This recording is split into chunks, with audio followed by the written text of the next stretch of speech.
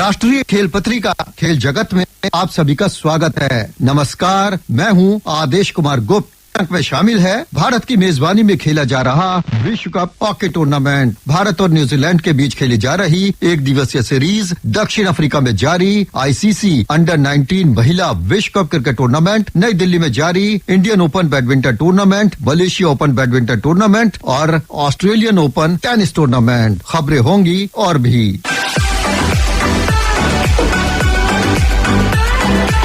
कार्यक्रम की शुरुआत विश्व कप हॉकी टूर्नामेंट से। इन दिनों भारत के भुवनेश्वर और राउरकेला शहर में 15वां विश्व कप हॉकी टूर्नामेंट खेला जा रहा है। 13 जनवरी से शुरू हुए इस विश्व कप का फाइनल 29 जनवरी को खेला जाएगा। इस विश्व कप हॉकी टूर्नामेंट में मेजबान भारत सहित 16 टीमें हिस्सा ले रही हैं। इन सभी टीमों को 4 पूल में बांटा गया है। पूल ए में ऑस्ट्रेलिया, अर्जेंटीना, फ्रांस और दक्षिण अफ्रीका। पूल बी में बेल्जियम, जर्मनी, दक्षिण कोरिया और जापान। पूल सी में नीदरलैंड्स, न्यूजीलैंड, मलेशिया और चिली। और पूल डी में इंग्लैंड, मेजबान भारत, स्पेन और वेल्स शामिल है। इन चारों पूल में शामिल चारों टीमों में शीर्ष टीम सीधे क्वार्टर फाइनल में जगह बनाएगी, जबकि बाकी टीमें क्रॉसओवर खेलेंगी। पूल डी में शामिल भारतीय हॉकी टीम ने स्पेन के खिलाफ अपने अभियान की शुरुआत की और 2-0 से जीत भी हासिल की। भारत के लिए अमित रोहिदास ने खेल के 13वें और हार्दिक सिंह ने 26वें मिनट में गोल किया।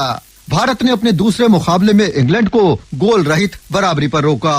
पूल के तीसरे और आखिरी मुकाबले में भारत का सामना वेल्स से हुआ। भारत ने वेल्स को 4-2 से हराया, लेकिन इसके बावजूद वो क्वार्टर फाइनल में नहीं पहुंच सका, क्योंकि उसे इसके लिए कम से कम 8 गोल के अंतर से जीतना जरूरी था और ऐसा नहीं हुआ। भारतीय टीम अपने पूल में इंग्लैंड के बाद दूसरे स्थान पर रही। दोनों के 2-2 जीत से 7-7 अंक रहे, लेकिन गोल अंतर के कारण इंग्लैंड शीर्ष पर रहते हुए क्वार्टर फाइनल में पहुंच गया। भारत को अब अंतिम 8 में पहुंचने के लिए क्रॉसओवर मुकाबले में न्यूजीलैंड को हराना होगा। वेल्स के खिलाफ भारत के लिए आकाशदीप सिंह ने 2 और शमशेर सिंह और हरमनप्रीत सिंह ने 1 गोल किया।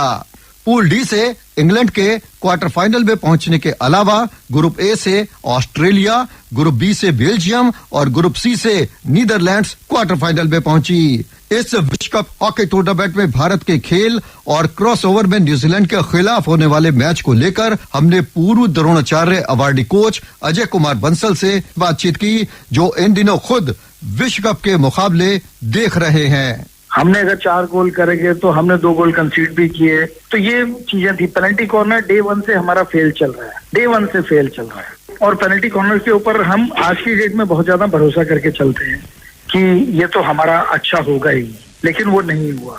उसके बाद और भी बड़ी सारी गलतियां कर रही है टीम, और उन्हीं गलतियों का खामियाजा हमें अब भुगतना पड़ेगा कि हम क्रॉसओवर मैच खेल रहे हैं। अदरवाइज अगर पहले से हम ठीक चलते तो शायद ये क्रॉसओवर वाली नौबत ना आती और इंग्लैंड पहले हम लोग डायरेक्टली क्वालिफाई कर जाते।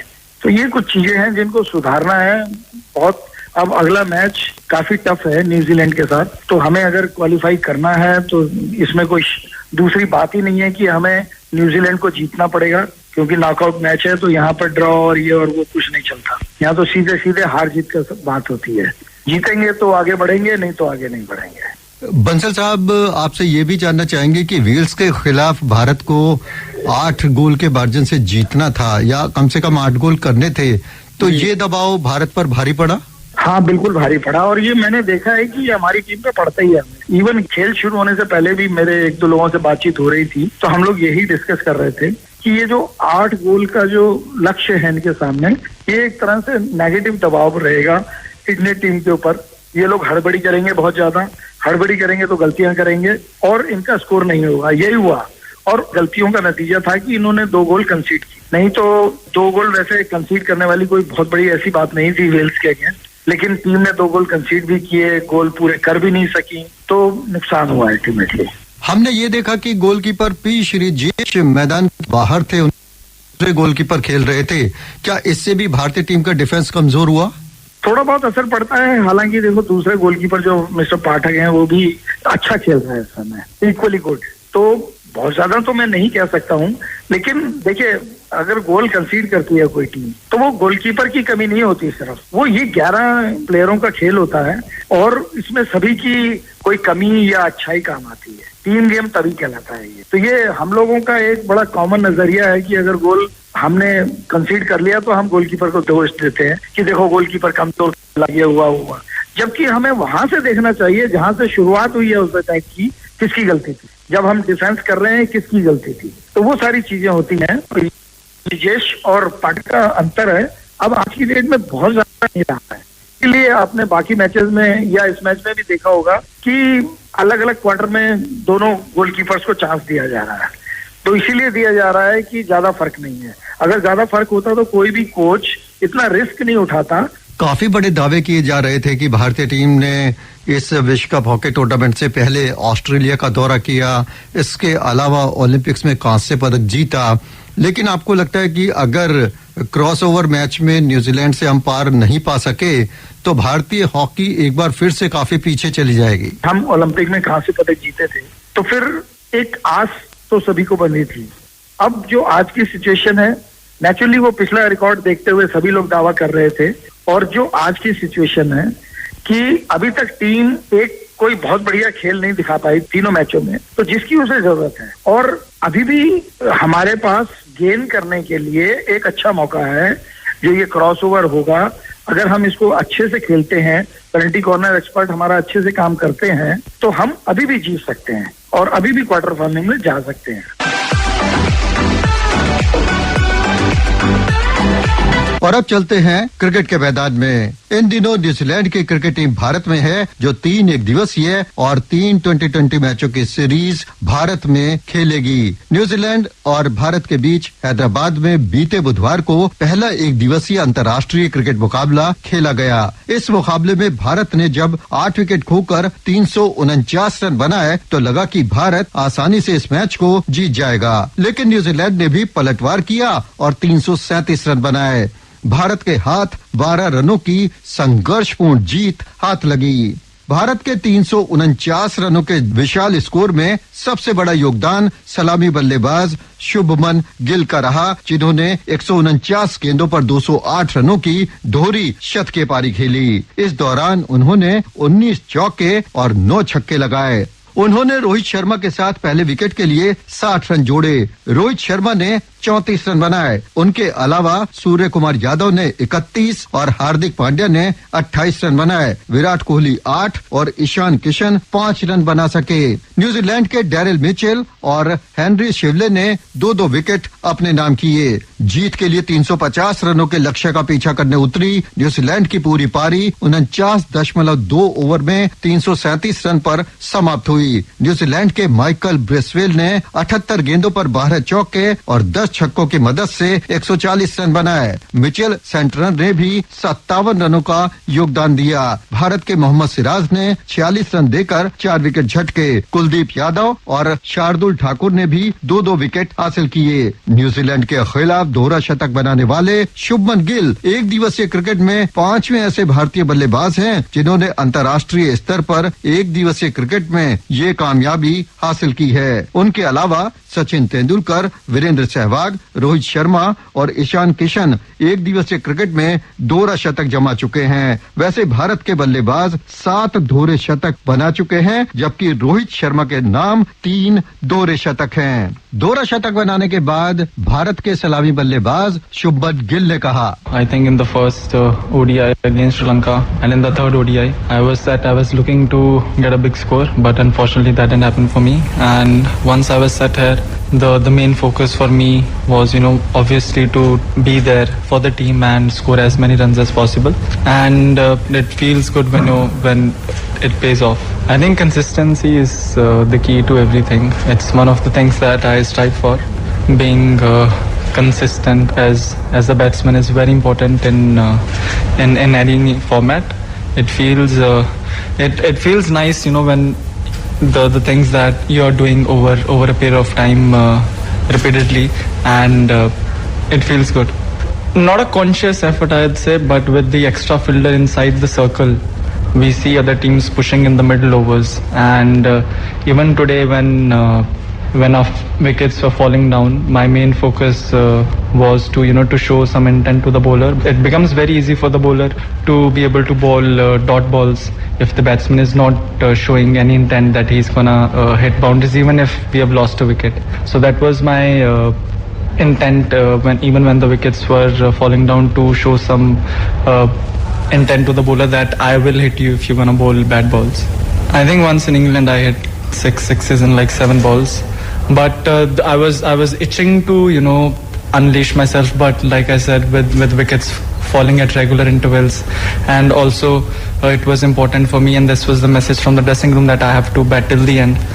So that's why I had to contain myself and play a sort of more in a safe way, so that a set batsman doesn't get out. Then I think if I would have gotten out, it would have been difficult for the lower order batsmen to hit boundaries. First, I decided to go hard in the last 5 overs, but with Washi, I think, getting out in the 44th over. So then the message was to go hard in the last 3 overs. But I felt I think in the 46th or 47th over, where I hit a couple of sixes, that's where I decided to go hard, because I thought that bowler was my matchup. Bharat और New Zealand के बीच दूसरा एक दिवसीय match कल शनिवार को रायपुर में खेला जाएगा। इससे पहले श्रीलंकाई टीम ने भारत का दौरा किया, जिसमें 3 2020 मैचों की सीरीज भारत ने 2-1 से और 3 एक दिवसीय मैचों की सीरीज भारत ने एक तरफा 3-0 से जीती। तीसरे और आखिरी एक दिवसीय मुकाबले में भारत के शुभमन गिल ने 116 और विराट कोहली ने नाबाद 166 रनों की जोरदार पारी खेली।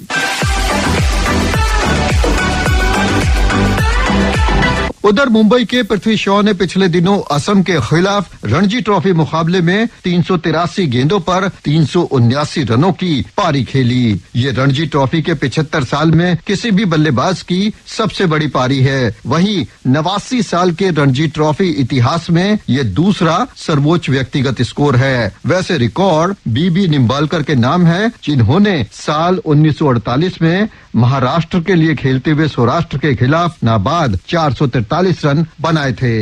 रणजी ट्रॉफी में अपने जमाए गए तिहरे शतक के बाद पृथ्वी शॉ बोले, I was just keeping small targets in mind, 10-10. After end of the day, I was batting at 240 when I came back.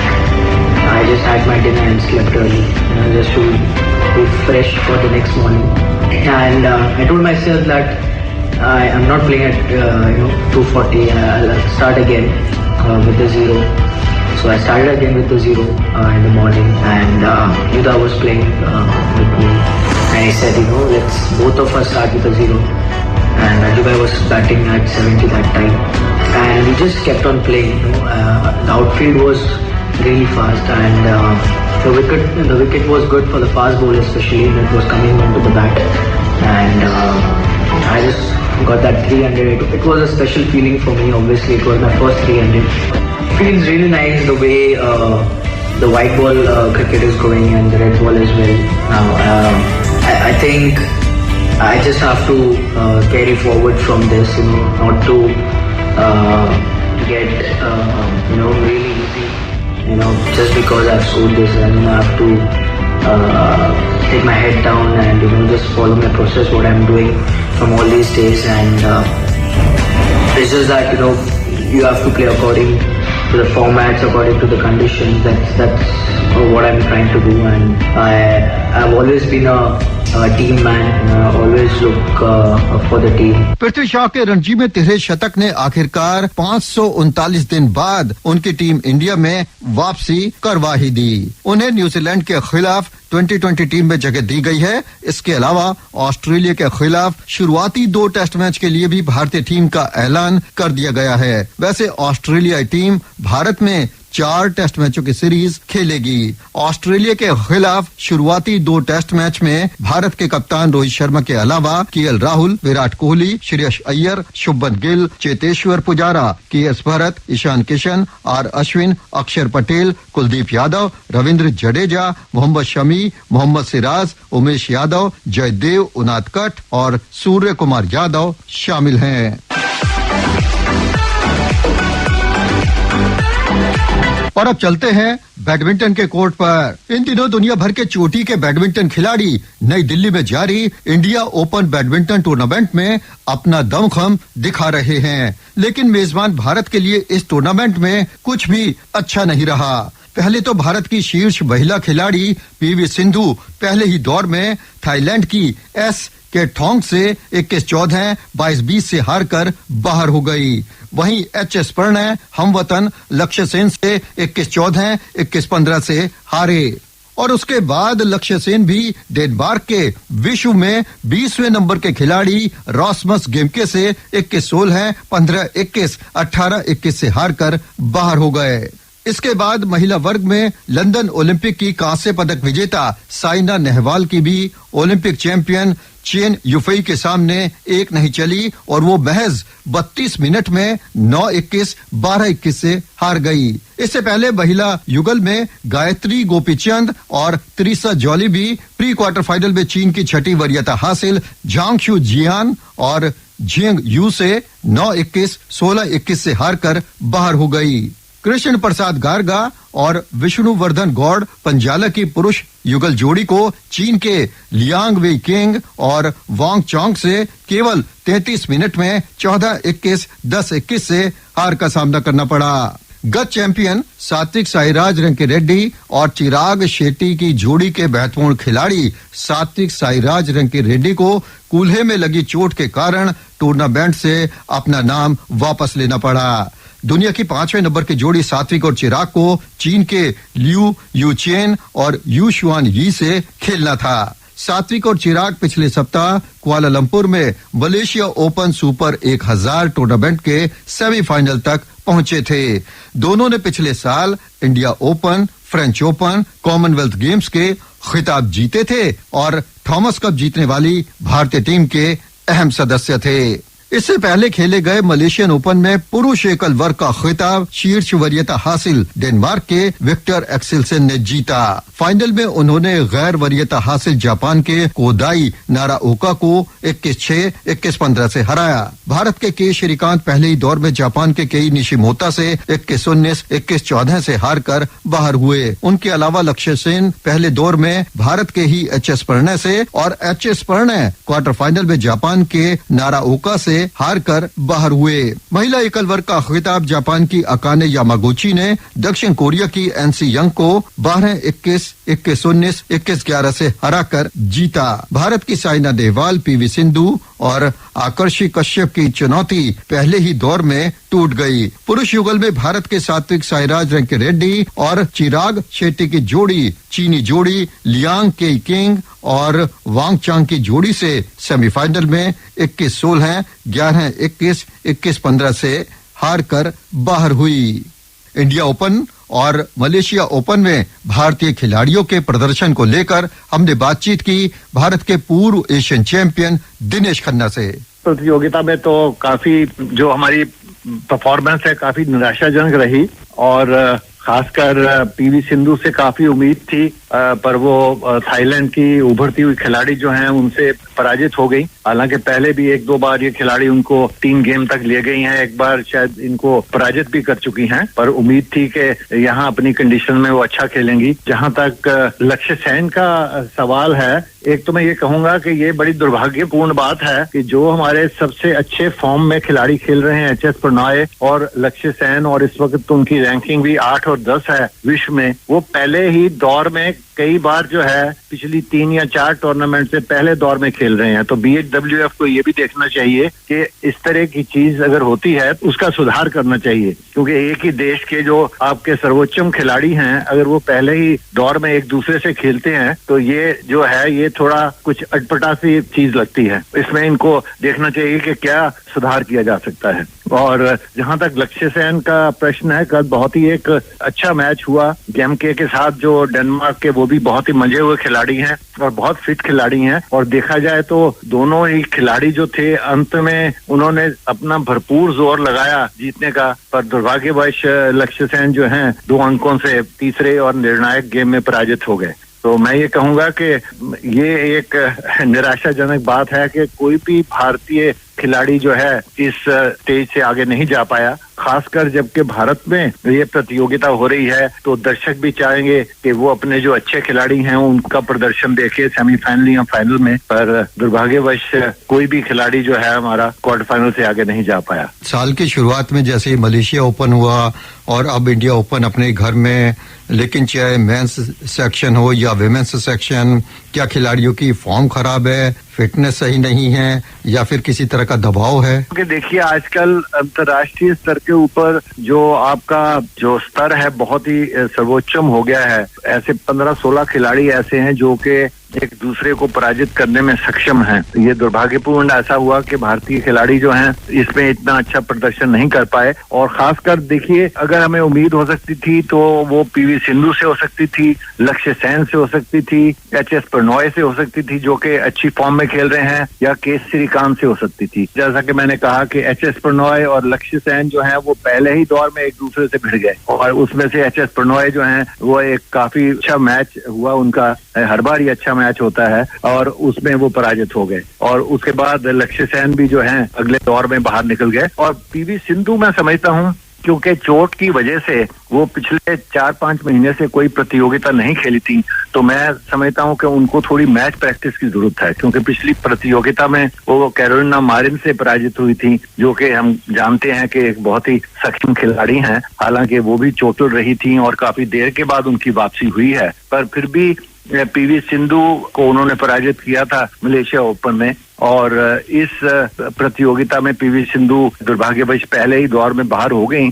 और मैं उम्मीद करता हूं कि आने वाली प्रतियोगिताएं जो हैं उनमें हमारे भारतीय खिलाड़ियों का प्रदर्शन अच्छा होना चाहिए और अच्छा होगा भी, मेरे को पूरी उम्मीद है। और अब बात अंडर 19 महिला विश्व कप क्रिकेट टूर्नामेंट की। इन दिनों दक्षिण अफ्रीका में आईसीसी अंडर 19 महिला विश्व कप क्रिकेट टूर्नामेंट का पहला संस्करण आयोजित किया जा रहा है। पहले इस टूर्नामेंट का आयोजन साल 2021 में होना था, लेकिन तब वैश्विक कोविड महामारी की वजह से इसे टाल दिया गया। 14 जनवरी से आरंभ हुए इस टूर्नामेंट में 16 टीमें हिस्सा ले रही हैं, जिन्हें 4 ग्रुप में बांटा गया है। ये टूर्नामेंट 2020 ओवर के प्रारूप में खेला जा रहा है, जिसका फाइनल 29 जनवरी को खेला जाएगा। भारतीय महिला टीम ने भी पहले से ही सीनियर टीम में खेल रही शेफाली वर्मा की कप्तानी में अपनी चुनौती दमदार अंदाज में पेश कर दी है। उनका अंतर्राष्ट्रीय स्तर का अनुभव भारत के लिए वरदान साबित हो रहा है। वो न सिर्फ बेहद आक्रामक सलामी बैटर हैं, बल्कि उपयोगी ऑफ स्पिनर भी हैं। इस टूर्नामेंट में ग्रुप डी में शामिल भारतीय महिला टीम ने अपनी सलामी जोड़ी कप्तान शेफाली वर्मा और श्वेता सहरावत की तूफानी पारियों की बदौलत अपने दोनों शुरुआती मैच जीतकर सुपर 6 के लिए क्वालिफाई कर लिया है। भारतीय टीम ने पहले मुकाबले में मेजबान दक्षिण अफ्रीका को बेहद आसानी से 7 विकेट से हराया। इस मैच में दक्षिण अफ्रीका ने निर्धारित 20 ओवर में 5 विकेट खोकर 166 रन बनाए। जवाब में श्वेता सहरावत और शेफाली वर्मा ने 7.1 ओवर में ही पहले विकेट के लिए 77 रन जोड़कर टीम की जीत की राह आसान कर दी। श्वेता सहरावत ने केवल 57 गेंदों पर 20 चौकों की मदद से नाबाद 92 रन बनाए, तो शेफाली वर्मा ने केवल 16 गेंदों पर 9 चौके और 1 छक्के के सहारे 45 रन बनाए। भारतीय टीम ने जीत का लक्ष्य 16.3 ओवर में 3 विकेट खोकर हासिल कर लिया।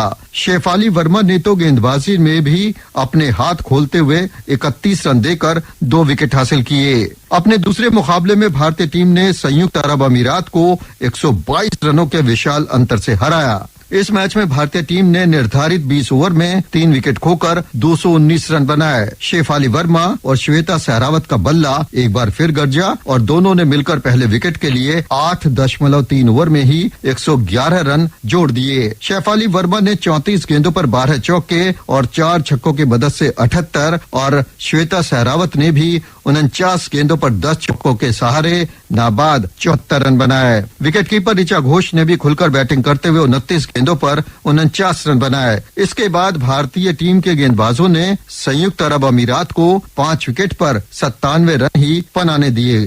अभी तक खेले गए मुकाबलों में भारतीय टीम की बैटर की पूरी परीक्षा नहीं हो पाई है, क्योंकि शेफाली वर्मा और श्वेता सहरावत की सलामी जोड़ी ही विरोधी टीमों पर भारी पड़ रही है। इसका फायदा भारत की गेंदबाजों को मिल रहा है। शबनम और तितास साधु अपनी तेज गेंदों से टीम को अच्छी शुरुआत दे रही हैं, तो मन्नत कश्यप खब्बू लेग स्पिनर है। उनका साथ देने के लिए ऑफ स्पिनर अर्चना देवी और खुद कप्तान शेफाली वर्मा है।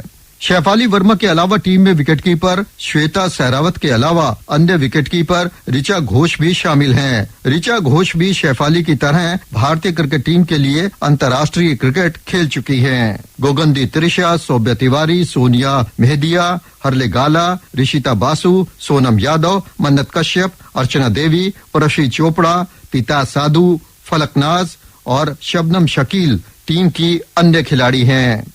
सुपर 6 के लिए अभी तक क्वालिफाई करने वाली टीमों में ग्रुप डी से भारत के अलावा ग्रुप ए से बांग्लादेश भी शामिल है। अंडर 19 महिला विश्व कप क्रिकेट टूर्नामेंट में भारतीय टीम को ग्रुप डी में मेजबान दक्षिण अफ्रीका, संयुक्त अरब अमीरात और स्कॉटलैंड के साथ रखा गया है। वहीं ग्रुप ए में बांग्लादेश, ऑस्ट्रेलिया, श्रीलंका और अमेरिका हैं। ग्रुप बी में इंग्लैंड, पाकिस्तान, रवांडा और जिम्बाब्वे शामिल हैं। ग्रुप सी में न्यूजीलैंड, वेस्ट इंडीज, आयरलैंड और इंडोनेशिया शामिल हैं। इस अंडर 19 महिला विश्व कप में शामिल चारों ग्रुप में शीर्ष 3 स्थानों पर रहने वाली टीमें सुपर 6 में जगह बनाएंगी। अगर दूसरी टीमों के प्रदर्शन की बात की जाए तो बांग्लादेश ने हैरत अंगेज प्रदर्शन करते हुए ऑस्ट्रेलिया जैसी मजबूत माने जाने वाली टीम को 7 विकेट से और श्रीलंका को 10 रन से हराकर अपनी दूसरी टीमों को जैसे चेतावनी ही दे दी है। ग्रुप बी में पाकिस्तान ने रवांडा जैसी नई टीम को 8 विकेट से हराया तो जरूर, लेकिन रवांडा ने उनके खिलाफ 7 विकेट पर 106 रन बनाकर सबको चौंकाया। इस विश्व कप का सबसे हैरतअंगेज परिणाम इंग्लैंड और जिम्बाब्वे के बीच हुए मैच में देखने को मिला। इंग्लैंड ने पहले बैटिंग करते हुए निर्धारित 20 ओवर में 4 विकेट खोकर 199 रन बनाए। जवाब में जिम्बाब्वे की पूरी टीम 12 ओवर में केवल 25 रनों पर सिमट गई। जिम्बाब्वे की कोई भी खिलाड़ी दहाई तक नहीं पहुंची। ग्रुप सी में वेस्ट इंडीज ने आयरलैंड को 7 रन से और न्यूजीलैंड ने इंडोनेशिया को 10 विकेट से हराकर जीत के साथ शुरुआत की।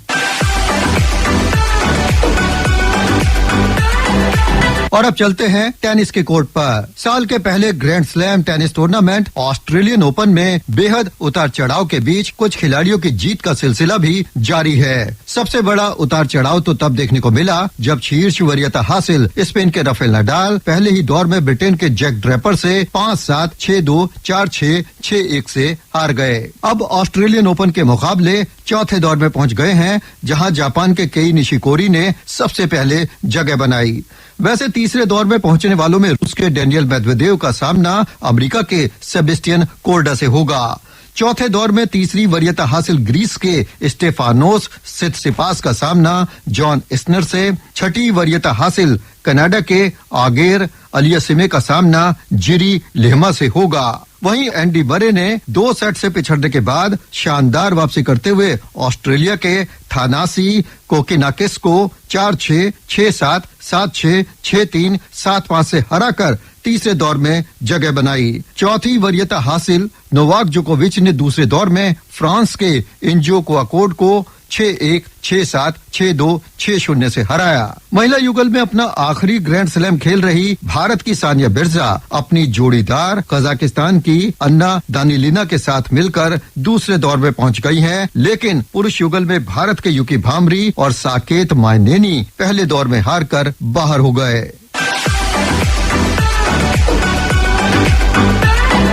राष्ट्रीय खेल पत्रिका खेल जगत में आज बस इतना ही। मैं आदेश कुमार गुप्त अपने सहयोगी मोहम्मद शाहिद आजमी और कार्यक्रम के प्रस्तुतकर्ता प्रवीण चंद के साथ लेता हूं आपसे विदा। नमस्कार।